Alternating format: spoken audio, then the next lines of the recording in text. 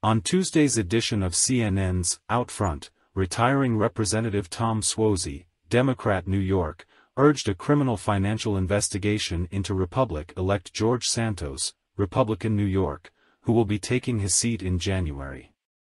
Santos, who won Suozzi's vacant seat as part of a strong statewide performance by Republicans in New York, was revealed by a series of journalistic investigations to have fabricated large portions of his resume, including that he graduated from Baruch College and New York University, that he worked at Citigroup and Goldman Sachs, that he ran an animal rescue charity, that he lost co-workers in the Pulse nightclub shooting, and even that his parents escaped from the Holocaust. Congressman, this is not Santos' first time running. You beat him in 2020, said anchor Sarah Sidner. But now he has won the seat and says he intends to serve his full term. Can anything be done about that? Or is this just about what the constituents want done? What can happen, said Suozzi. I mean, Kevin McCarthy could decide that he is bad for the Republican Party and put pressure on him to not take his seat. He could try and use what authority he has to not seat him.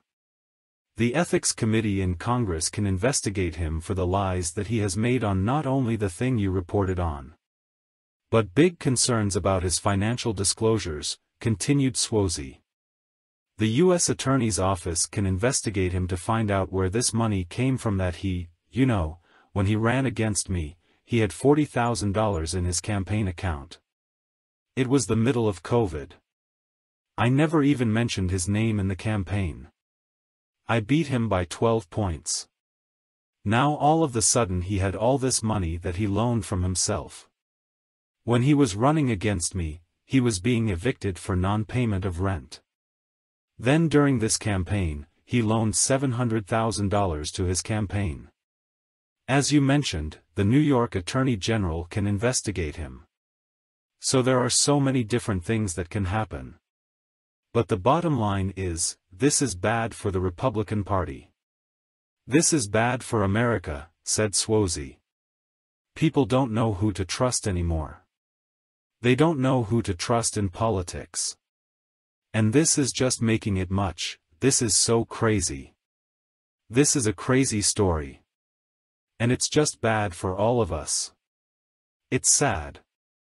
It's this kind of culture that President Trump gave us. You can just say whatever you want and nobody is going to follow up on it. At the same time, Politico's Laura Rosen has noticed that there are a number of reimbursements that the campaign made to Santos that all are the exact same amount.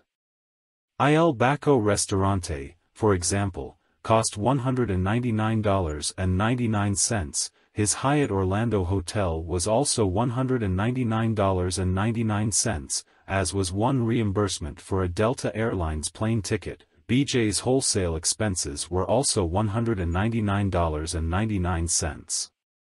An Uber taxi fare in California turned out to be $199.99. Another Florida hotel in South Beach, Florida was $199.99. Oddly, the Hyatt Orlando says their going rate is $250. The W Hotel in South Beach costs a little closer to $737 a night in the low season and over $1,200 during the high season. Ironically, $199.99 is the top dollar amount that can be contributed before there's a need for a public disclosure of the donor, amount, date of receipt, and the occupation and employer of the donor, the FEC website explains. The committee must also itemize, as a memo entry, any specific transactions charged on a credit card if payments to the actual vendor exceed the $200 aggregate threshold during the calendar year. The memo entry must include the name and address of the vendor, the purpose of the disbursement, date the services were received, and the amount of the disbursement, the FEC also says. It's aggregate, however.